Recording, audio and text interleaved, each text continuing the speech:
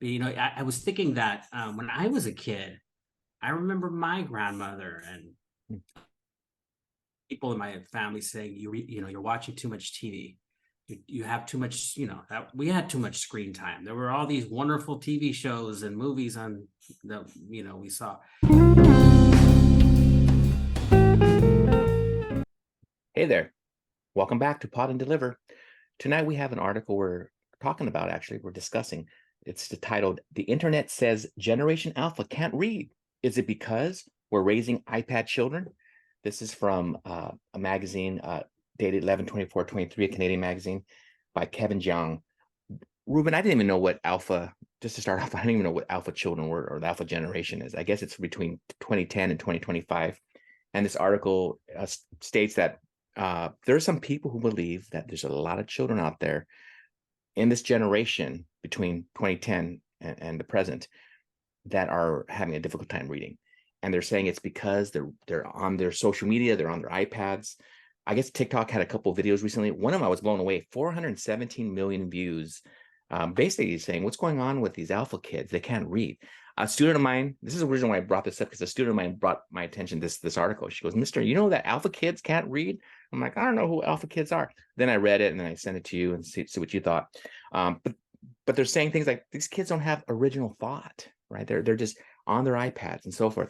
And what I like about this article, because they do talk about that, but then they go into saying, wait a minute, there's other studies that show that kids who are on the social media, not social media, but on their iPads, they're actually reading and they're doing better.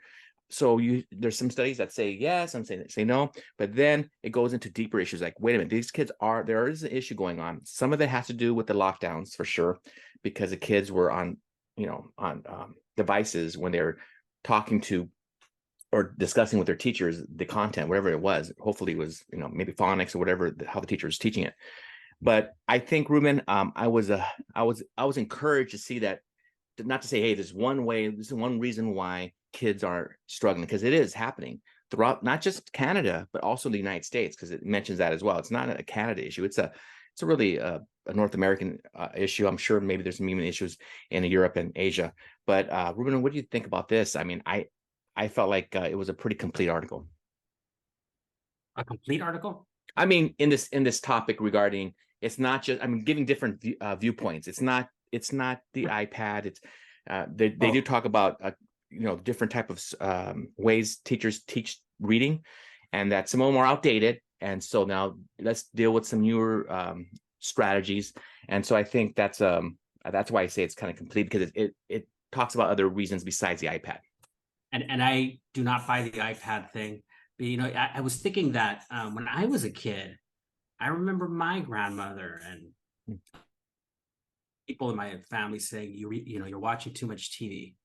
You have too much, we had too much screen time. There were all these wonderful TV shows and movies on the, we saw. And I turned out okay, maybe not. But the idea, though, is really later on in the article, as you indicated here, that no, the problem is we need better teacher training. It mentions, yes, that can always be improved, and also mentions the idea of screening systems in place that identifies special needs students. That is good. And I do want to also mention, though, that don't leave it in the hands of your admin to do that. You should do that yourself in your own small scale. That means if you see a student with behavioral problems, check out his reading ability, do some basic reading, writing, or math, if you have them in that class, to see what their needs are.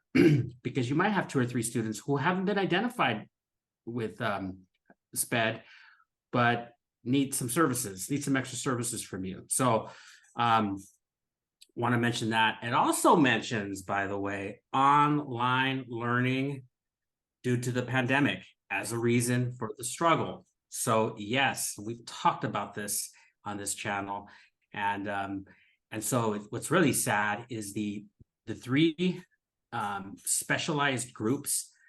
I know that at our school, that elicited the most concern were Black students, Latinos, and students with special needs. they really got hammered during the online learning phase, and now we're paying for that. So this is what we this is what we have borne, and this is what we have to live with, unfortunately. I think the numbers were crazy, like 40, 30 to, well, with the classes you just mentioned, 40% are not even meeting those needs like they were.